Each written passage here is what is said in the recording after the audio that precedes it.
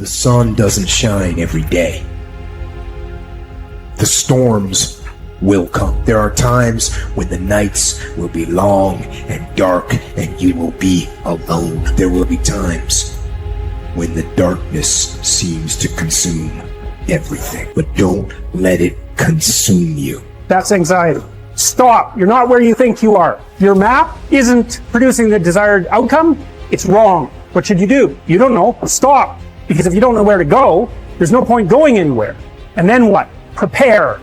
That's anxiety. Stop. Prepare. Well, people hate that because, well, for obvious reasons. Prepare. For what? Everything. Very, very demanding psychophysiologically. And that's also something that's really worth knowing. It's like anxiety isn't just a psychological state that's unpleasant. It's like you're revved up and you're burning resources like mad. And you're in a biochemical state such that that's optimized for quick action, but that's toxic if you inhabit it for any length of time. So not knowing what to do, that is not good. And it isn't just that it makes you feel bad. It's you're running your machinery faster than you can replenish it. For some reason, there is this facade that life should be full of happiness and without its suffering, which actually makes us suffer even more. Because when we get sad or something bad happens, we do not only feel bad about the thing itself, but we also feel bad because our life is not the way it is supposed to be. Not realizing suffering and sadness is just a part of life, and they're inevitable. Unless you learn your lesson, it will keep hurting. Not only it will never stop, it will also keep increasing the amount, so you won't get used to it. And it doesn't matter how you get knocked down in life, because that's going to happen.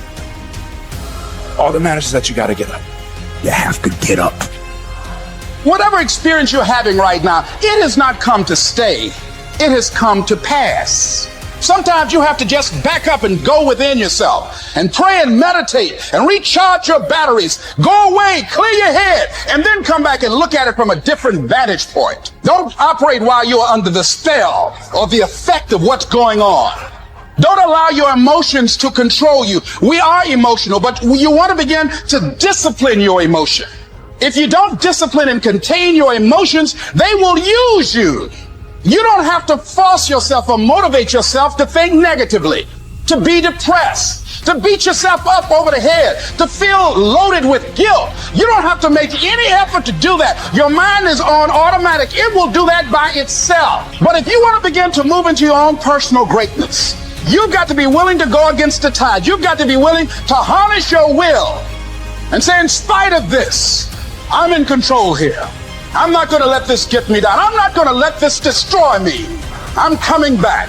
The same situation can either be perceived as a lead ball chained to your feet or as wings growing out of your shoulder blades. How you interpret the challenge is crucial to your success of overcoming it. Ultimately, it's never the challenges that matter, but how you perceive them. If you work at that which is before you, following right reason seriously, vigorously, calmly, without allowing anything else to distract you, but keeping your divine part pure, as if you should be bound to give it back immediately. If you hold to this, expecting nothing, fearing nothing, but satisfied with your present activity according to nature, and with heroic truth in every word and sound which you utter, you will live happy, and there is no one who is able to prevent this. We are all bound by this oath to bear the ills of mortal life and to submit with a good grace to what we cannot avoid. So the spirit must be trained to a realization and an acceptance of its lot. It must come to see that there is nothing fortune will shrink from. There's no ground for resentment in all this. We've entered into a world in which these are the terms life is lived on. If you're satisfied with that, submit to them. If you're not, get out, whatever way you please. The happy man, therefore, is he who can make a right judgment in all things. He is happy who, in his present circumstances, whatever they may be, is satisfied and on friendly terms with the conditions of his life. That man is happy whose reason recommends to him the whole posture of his affairs. How do you bear the suffering that is at the crux of life without becoming tempted and embittered? That's really, really difficult. Now, someone might point out, go ahead and be bitter, see where that gets you. And if you have any sense, and generally people have at least some, they know that being sick and bitter is worse than just being sick. And that being right, it's worse, but it's very hard temptation to avoid. Sometimes you want to be bitter just out of spite in some sense, because things are so terrible. All you've got left is your willingness to shake your fist, and say, well, really? Is this like this many poisonous snakes? Really?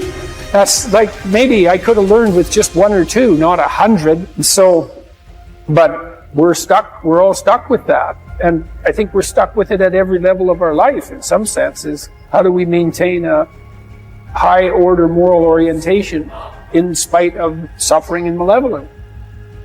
Do you think that the man has any thought of mending his ways who counts over his vices as if they were virtues? Therefore, as far as possible, prove yourself guilty. Hunt up charges against yourself. Play the part, first of accuser, then of judge, last of intercessor.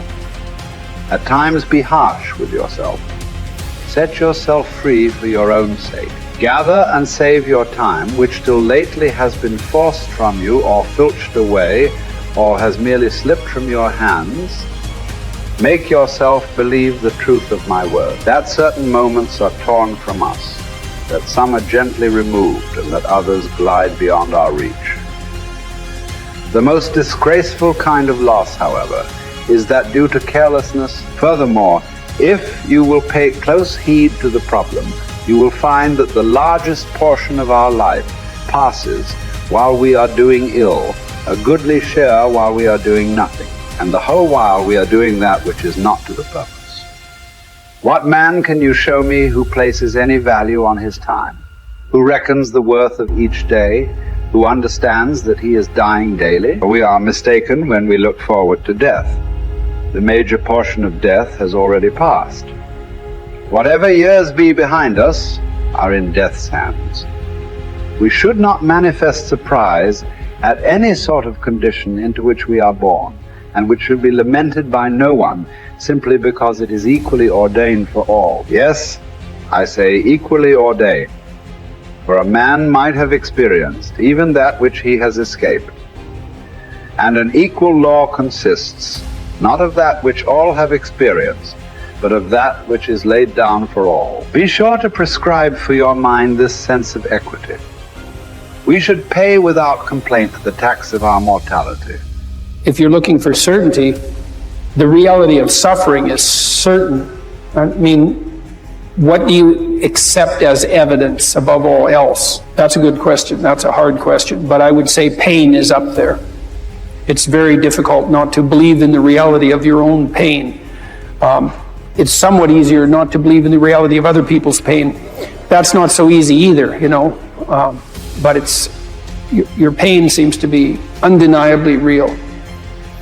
And so it does beg a question, which is, if pain is undeniably real, is that which overcomes pain even more real? And I think that's, in some sense, that's the idea that lurks behind the idea of the resurrection.